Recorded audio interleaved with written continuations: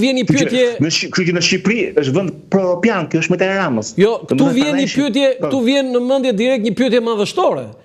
Pse eksponent dhe drejtues të lartë të vendeve të Bashkimit Evropian e mbështesin Edi Ramën? Sepse sa po thash, sepse edhe një herë midis dy të këqijave të jesh jo demokrat dhe të jesh prorus, është rasti i Vučić, europianët do zgjedhin keq më vogël.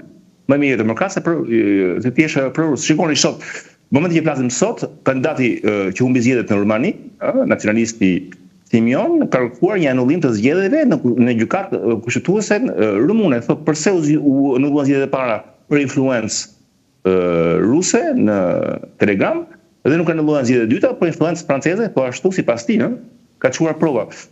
Ku dallon ndëllimi? Sepse në Rumani po fitonte ky, që është sot, në zgjedhje pas Simioni, vihesh në problematik mbrojtja e NATO-s në krahun e Stalindor, ku ke shumë avion Rafale francez, tanke franceze, i ke në Rumani sot që mbrojnë të krah lindor. Pra, sigurisht që nëse do fitonte Simion, Perëndimi do të thoshte që është një diktator, është i keq zgjedhjet shëmtuara. Perëndimi ka shumë rëndësi të fitonte një pro-europian, pra ishte pro-europiani Dan që quhet, që ka fituar zgjedhjet në Rumani.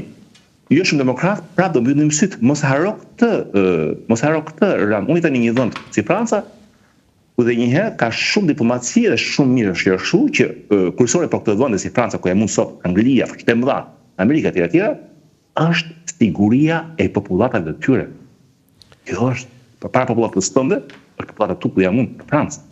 Dhe në të rast, se popullata në Francë është më sigurt me njerëz si Edi Rama që nuk shkojnë në parada ushtarake në 9 maj në Moskë, se Edi Rama, kush problemi? Kush problemi? E para që tregon perëndimi cinizëm? Tani, brenda pak kohëve, zoti Burimi, presidenti Macron, po veçanërisht ajo që u zgjodh Tirana për të qenë mbajtëse një samiti të kontinentit evropian, Shqipëria u bë qendër e lajmit politik të Evropës dhe jo vetëm. Tani, ju e vlerësoni këtë gjë apo i quani si ajo që thatë që thjesht e zgjedhin Ramën me që nuk është pro-rus? Sigurisht që vlerësoj. Një festival këngë në Eurovision fiton, dhe gëzohesh e krenar sepse festivali më passhëm do bëhet ai vendi që fitoi, kështu që sigurisht që është burim kënaqësie dhe krenarie, padyshim. Por do t'i japësh vlerë. Sigurisht që po, sigurisht. Si mos gëzohesh? Më gëzove mua që je gëzuar. Po është normale, po si nuk gëzohesh. Po dhe një herë do t'i japësh gjithçka vlerën e dur. Nuk përbën lajme botërore. Dhe një herë, kjo mbledhje para 2 vitesh u bën në Moldavi. U fol për Moldavin, po mbrapa u harua. Këto lloj mbledhjesh janë një lloj diskriminim pozitiv. Një te një vend perëndimor, një te një vend që nuk është perëndimor. Pra një bëhet u bën në Prag, një u bën në Francë, një u bën në Moldavi, në Shqipëri, është kombinim. Pra nuk tani do bëhet në Rumani, mos gaboj? Nuk e di kur bëhet jashtë. Po ky komunitet politik evropian nuk ka sekretariat, do dini, është diçka shumë informale. Do të them që pra është kënaqësia që kam unë eksakt si kënaqësia për Eurosongun, pra për Eurovisionin, që të sjell një lloj kënaqësie shpirtërore, folklorike, po që nuk ndryshon dietën e atyre që do shkojnë në sallë, që marrin pjesë në festivalin. Të mesëm do të gjenë vend pune, të shkojnë punë, të shkojnë në spital, të shkojnë në shkolla. Që dhe njëherë, ky samit që bën në Shqipëri nuk e ndryshon jetën e shqiptarëve, dhe njëherë do të them, është i bukur nga ana dhe një e marketingut, por më tepër që po të jem edhe më cinik se bën për lajmet e Francë, po jepesh shuma që do të financoj shteti për festimet e 14 korrikut. 14 korriku në Francë është 28 nëndori shqiptar, festa e Francës, kombëtarja. Dhe shuma është 5 milion euro, dhe debatonin mbrëm në një të zjarëm në një televizion kursor francez, informativ, kjo si është e mundur të harxhohen të 5 milion lek për një koncert, për budallike, ato 5 milion mund të jepesh pikërisht policisë ose spitaleve, dhe me vete, po Shqipëri që pagua 5 milion euro për një samit që populli shqiptar kishte shumë më tepër nevojë se sa populli francez për 5 milionin e 14 korrikut. Por prapë nuk e them. ishte jablente, ishte diçka e bukur, pse jo, dhe i sjell Shqipërisë një lloj kënaqësie kombëtare për gjithë. Zoti Burimi, unë në këtë moment kam marrë një lajm të keq për ndarje nga jeta të një miku, kolegu, ish drejtori i kadastrës, për më shumë një personazh i zëvendësministrit, nën kryetari i Bashkisë së Tiranës Artan Lame. Nuk gjej fjalë për të ngushëlluar familjarët e tij, miq të afërmit, sepse unë kam pasur vetë një mik, një bashkëpunëtor, ka shkruar parathonien e librit tim 100 vrasjet më të bujshme në historinë e shtetit shqiptar, por unë e çmoja Tanin më shumë si një studios dhe si një njeri që arriti të lërë gjurmë në për historinë e Shqipërisë. Dhe me të vërtetë ky është një lajm shumë i rënd. Artan Lame ka ndruar jetë sipas informacioneve në Gjermani pasi ndryrje në zemër. Ai para disa vitesh bëri një ndryrje në zemër dhe të gjithë besuam që shpëtoi, por kjo e sotme pas ka qenë fatale. Të qoftë dheu i lehtë Artan Lame.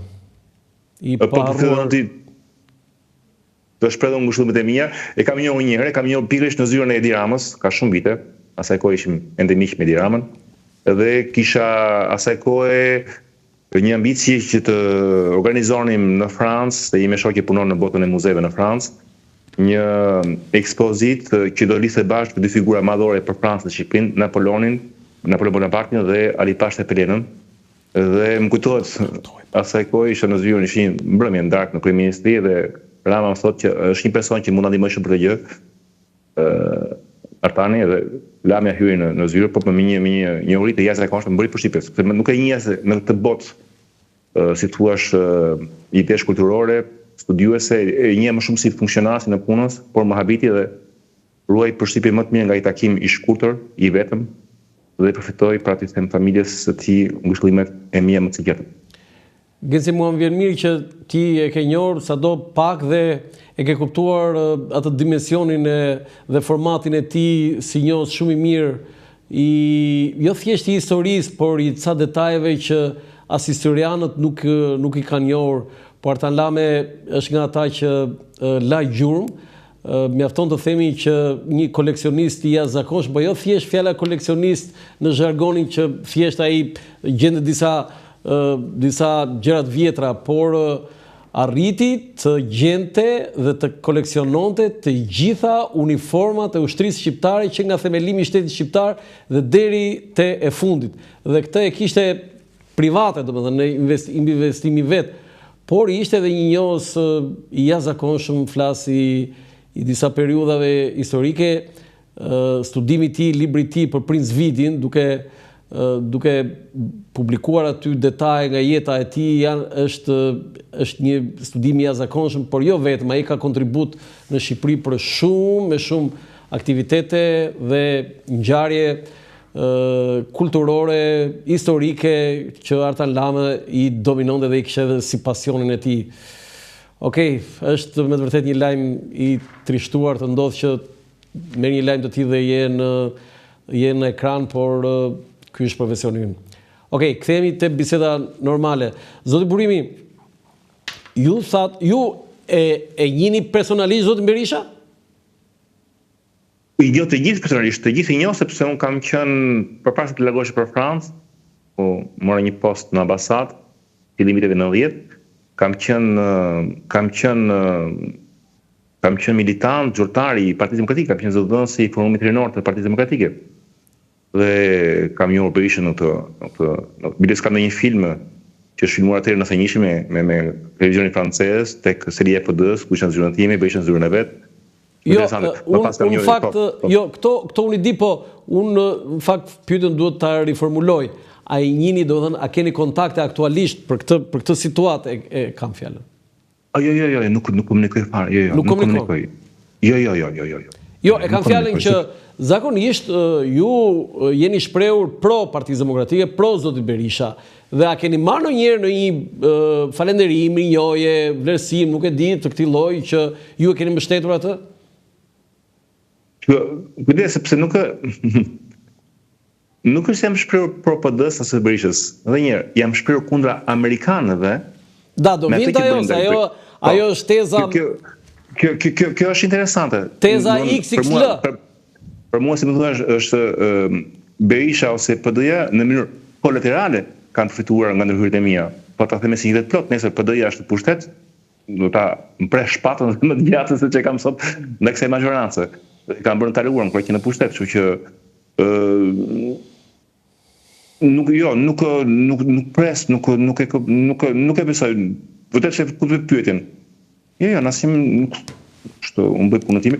Kam shumë shpesh ku janë gjëra që më shokojnë, mund t'i shkruaj eksponentëve të PD-s, me ata që kam një farë, domethënë komunikimi. Me kam shumë komunikom. Për shembull, po mund të ka qenë shumë vota diasporës, kam komunikuar shumë me Byli Bashin.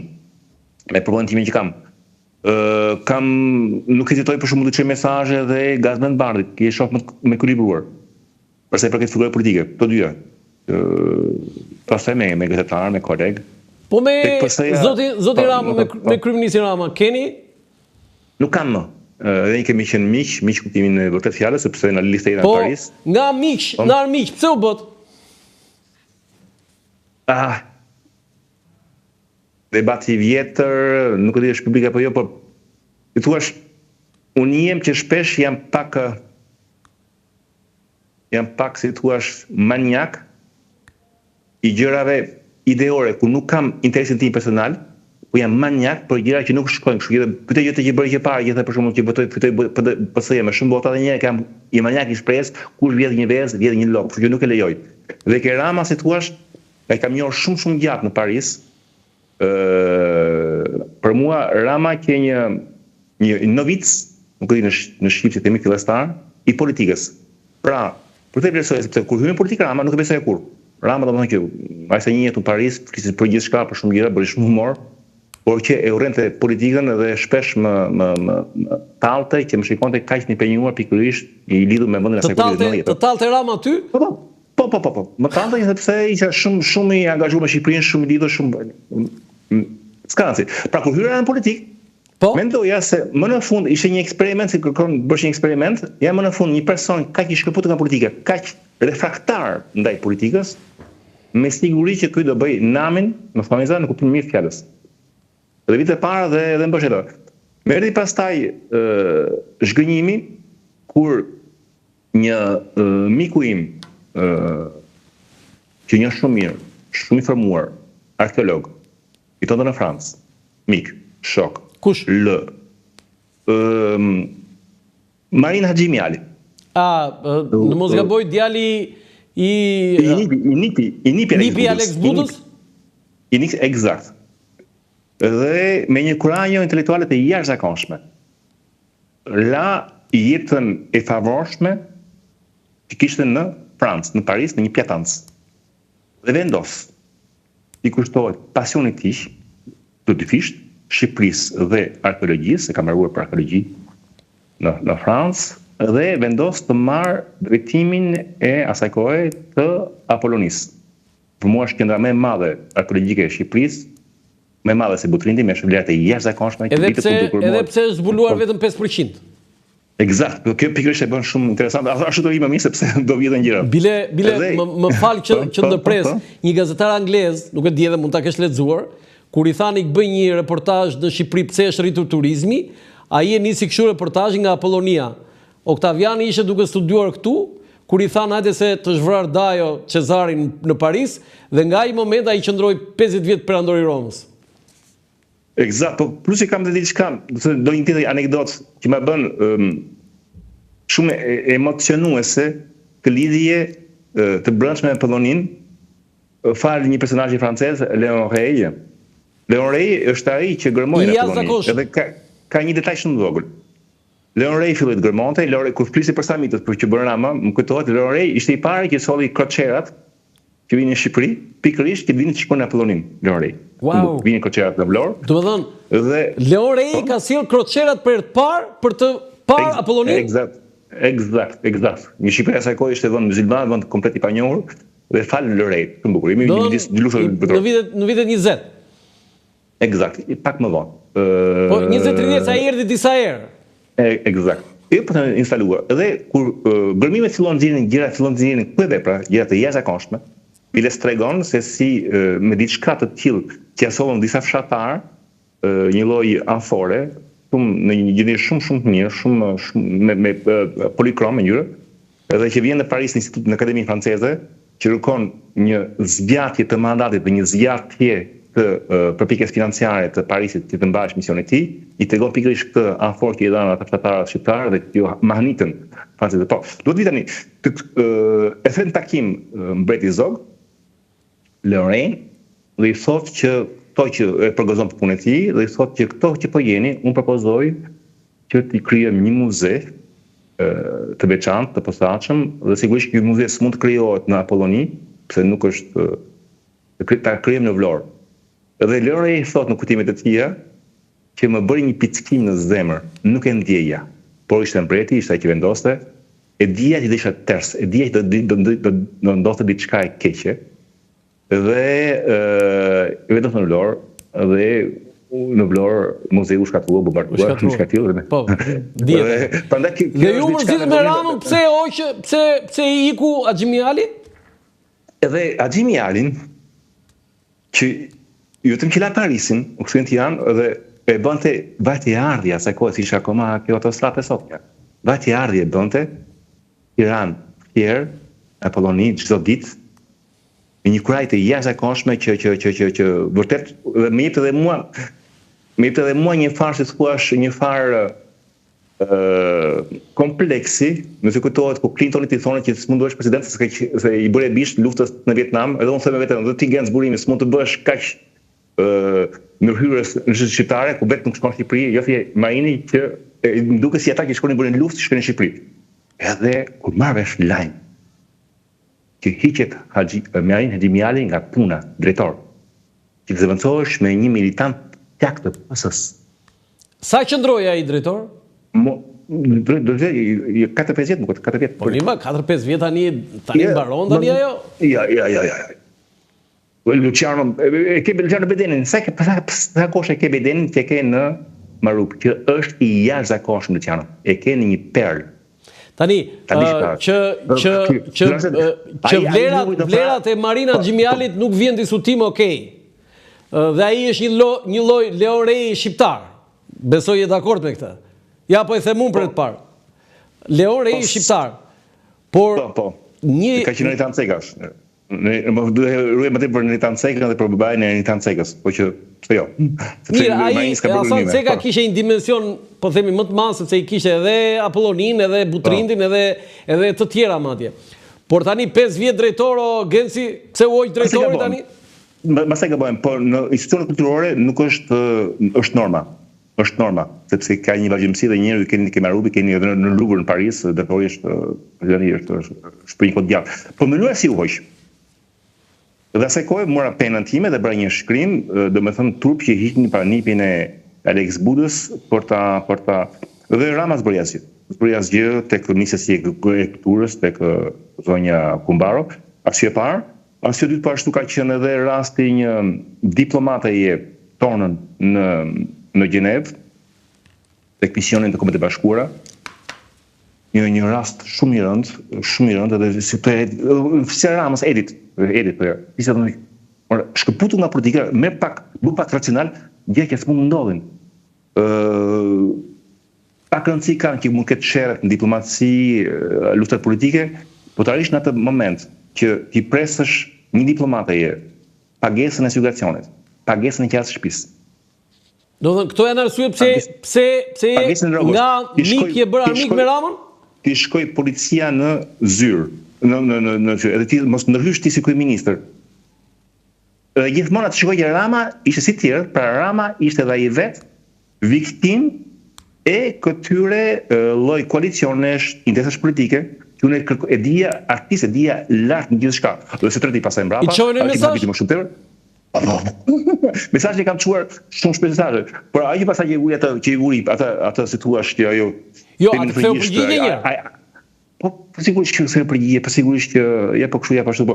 Duhet diçka fundi se do të interesoj tek bota e kulturës. Kujtohet kur erdhi në Shqipëri, koncerti i famshëm i Vienës, orkestra e Vienës, në 100 janarit. Edhe dona për mua ajo i vuri kapakun gjithçka. sepse ajo nuk je orkestra e Vjenës. Po kujt ishte? Ke fake. Dhe unë bëra vetë një ulumtim, u lidha me një kolege korespondente të Agjencisë Austriake të Lajmeve, u lidha me drejtorin e Orkestrës Filharmonike të Vjenës dhe ishte një fake dhe Rama hëngi një dush të ftohtë, sepse kishte mashtruar dhe mbrapa pak shumë ide Ramës se ke filmi Koncertet e gjashtë ku marrin dhe 7 që muzikë klasike. Thjesht sikur të shkoj për shembull një lojtar Vinicius të shkoj të bëjë një ndeshje në një vend të varfër afrikan, në Zimbabwe, në rregull. Një lojtar dhe shkon edhe në Zimbabwe të lajmet që erdhi Real Madrid.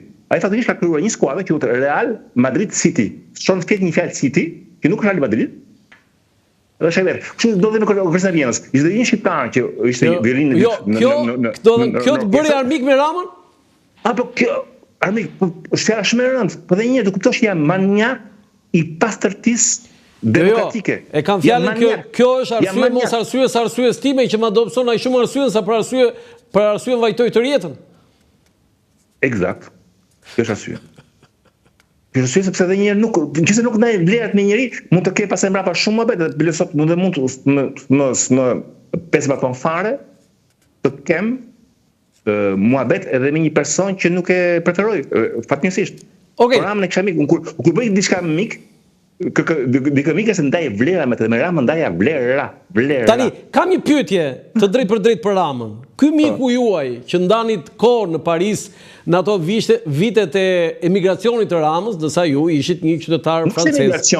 Nuk ishte emigracion Rama, ishte për të bërë art. Ishte për të bërë art. Okej, gabimi, po, për të bërë art. Jo, sepse eksponent në Partinë Demokratike i thonë kur ishte në emigracion.